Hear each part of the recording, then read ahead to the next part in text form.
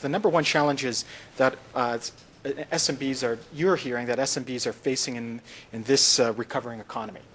And perhaps even take it on an ROI point where maybe you could see what's the best place to target. But from your clients, and start with you, Jens, maybe, what are some of the things that you're hearing from your clients out there that they're struggling with or looking at solving?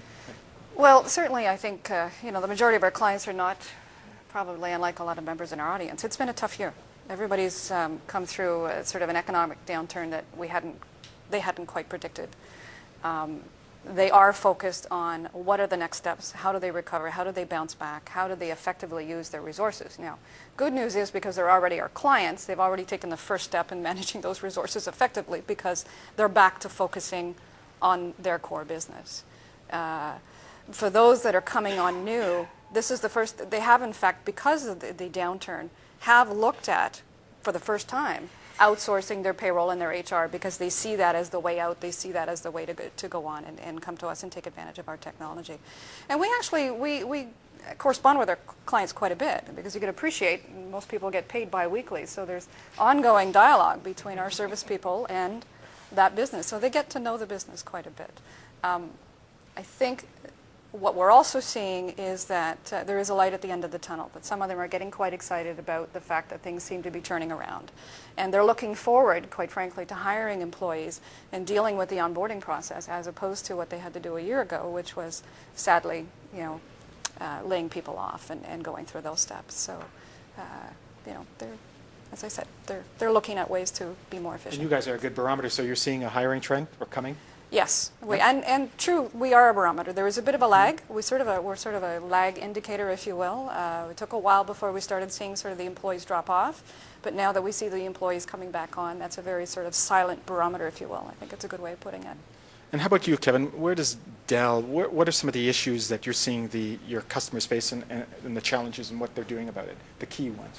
Yeah, well, I'll just right off that, on what's occurred or what we've seen in the environment is we did see SMBs come back in Canada. We started to see them come back at the end of Q3 last year, come back in Q4 and doing very well this quarter. So it's great to see. And we've sort of been a leading indicator because of the direct engagements we have with so many of the SMB customers.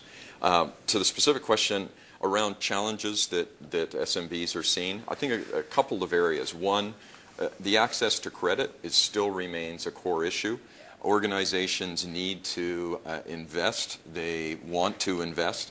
And from our perspective, we took a clear stance that through the recessionary period, we did not change our credit rating policies.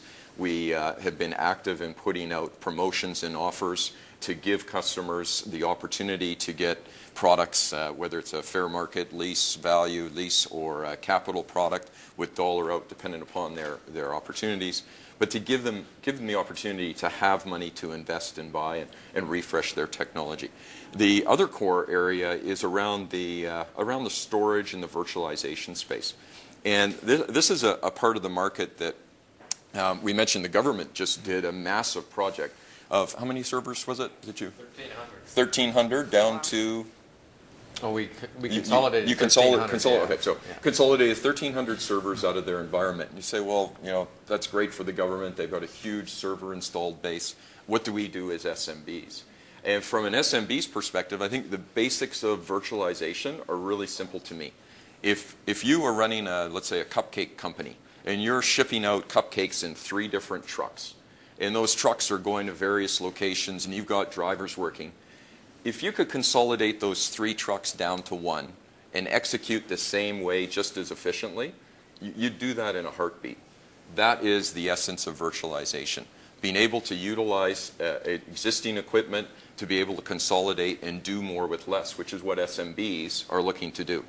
Do more with less, stop just managing environments, but really move into innovating and using technology for innovation. And a great customer example of that is Harley-Davidson Canada. Harley-Davidson looked at their environment. They consolidated their server infrastructure by 40%. They implemented a storage environment. It allowed them to do backups in minutes versus hours.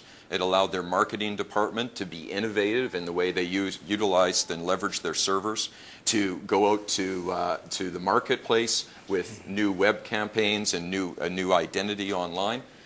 Phenomenal application for them that didn't take long to implement and had tremendous business results. So there's a lot that's happening out there. And how about you, Mark, as an SMB? Challenges in what you've been doing? So speaking from the perspective of the customers that we deal with, there's no question that we're seeing today that our customers are looking for more value, which is not surprising, but they're not prepared to pay more for that value. So what we have done successfully over the last couple of years has been to play our technology card, to really tap into our in-house technology resources, to use that as a lever to develop or to deliver more value to our customers. So here's a good example.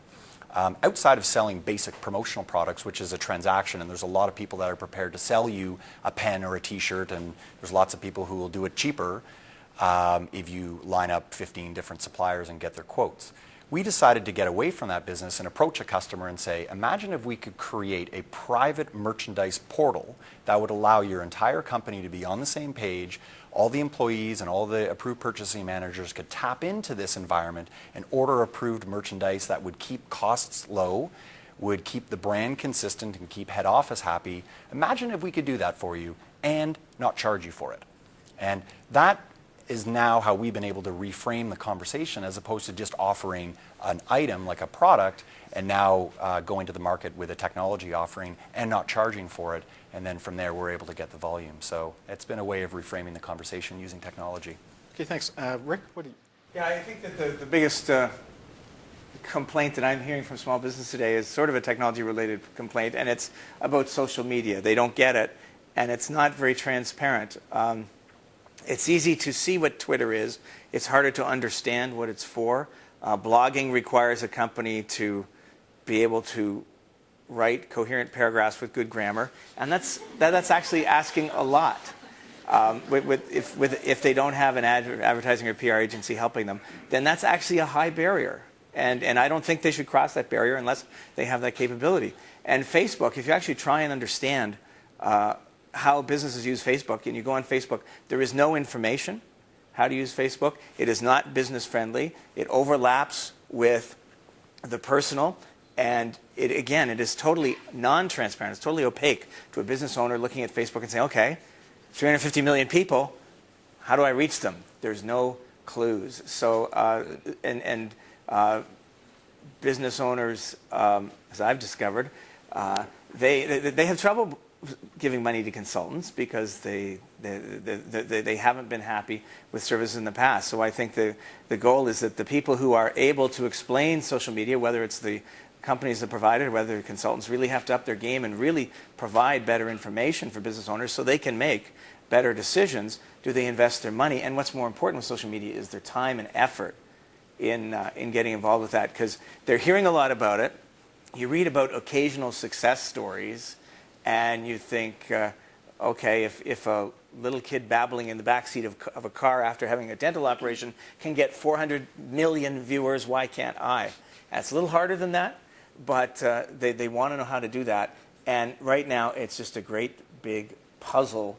You got a 400-piece puzzle with no pictures on it, and they're trying to fit these pieces together. So, Rick, we need to hire 12-year-olds so that we can all be trained on how to use Facebook, right? No, seriously. One I'm of very the things serious about that I'm seeing is that I think that the 35-year-olds looking for work now are going to get edged out by the 22-year-olds. I agree. Who are coming out of Absolutely. university and know how to use these tools. Absolutely So if agree. there are people who are trying to get back into the workforce or trying to get ahead in the workforce, I think these are really important skills, because business owners are looking for these skills. And if you've got an interest in moving ahead, and go ahead, read some books on it, study these new